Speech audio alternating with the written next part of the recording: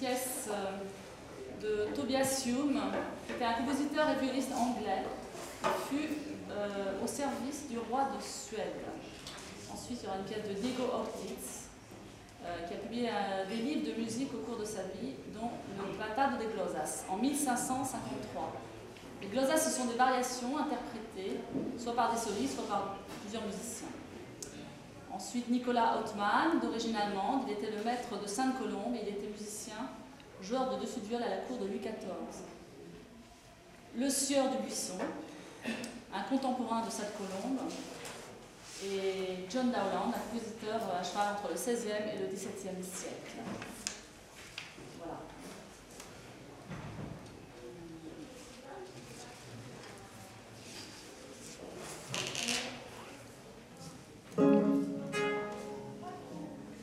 Est-ce que c'est possible de fermer la porte parce qu'on entend les gens parler à l'extérieur et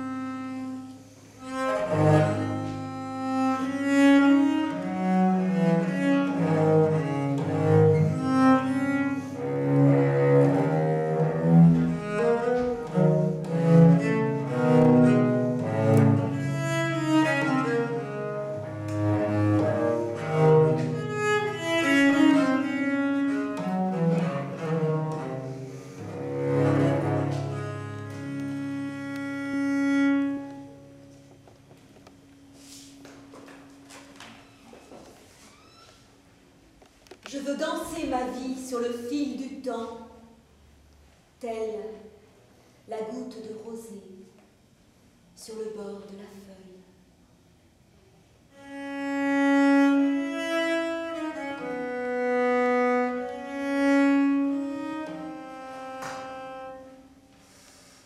Elle roule à travers les nuages, la lune, avec majesté et lenteur, et soudain, son reflet dans les eaux assombries.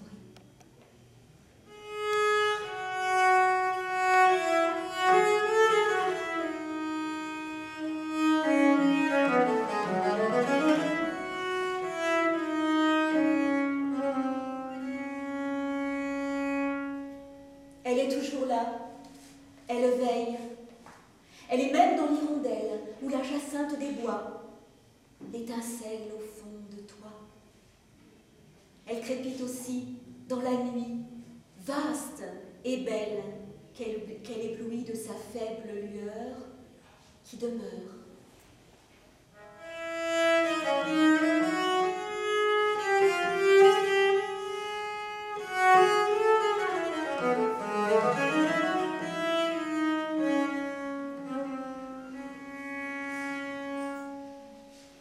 Aujourd'hui, elle m'étreint et me remplit d'allégresse pour me fuir le lendemain de toute sa tendresse.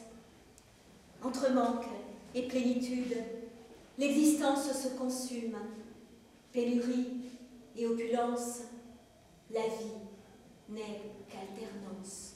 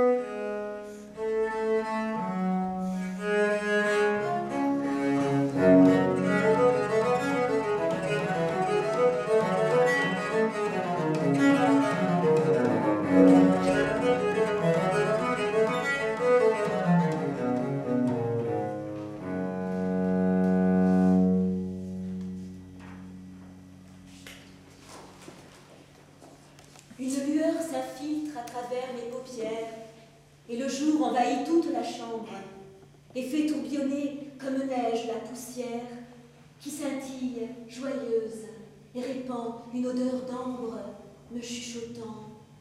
Rien ne résiste à la lumière.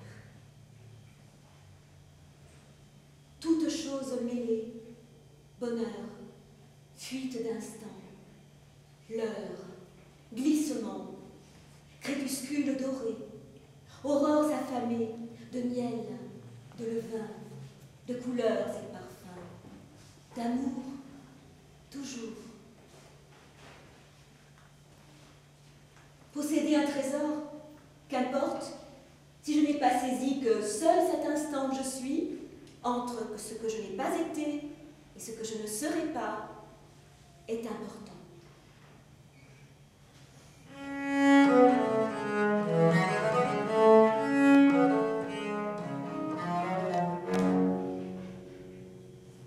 Le moment tant désiré est déjà sur le déclin.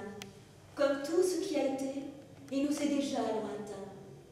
À l'instant de son approche, il avait déjà péri, le bonheur pourtant si proche, qui n'a pu être saisi. Toutes les heures sombres de mon être m'entraînent vers un lieu différent. C'est un ailleurs loin du paraître, opulent, léger, hors du temps.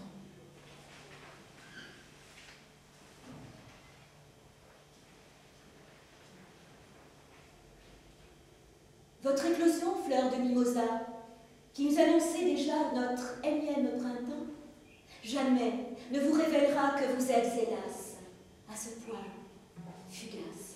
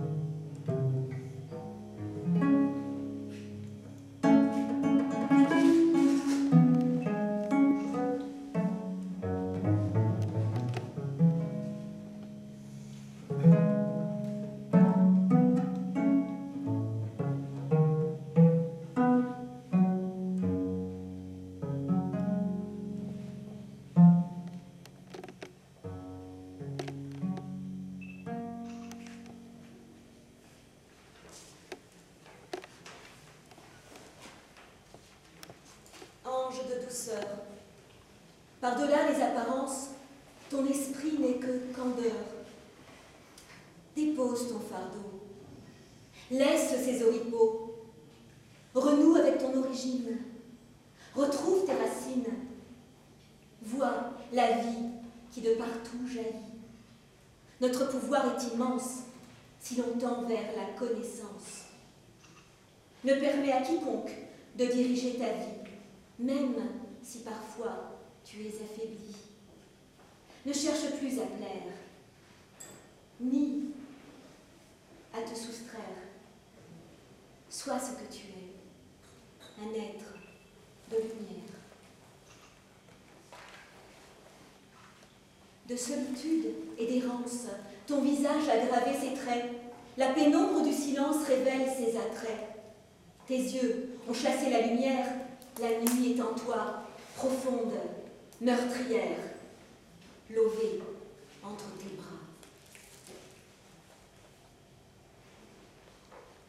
Un soupir soulève toute la nuit et caresse le ciel ébloui.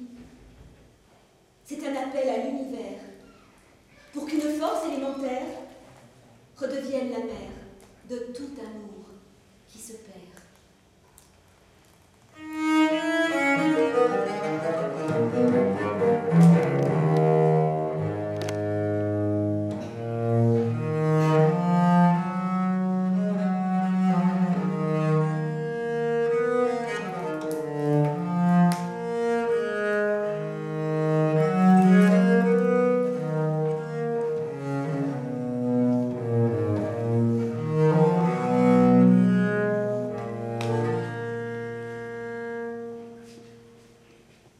Oublier toute chose jusqu'à son propre corps et contempler le vide pour tuer le vide grâce au vide.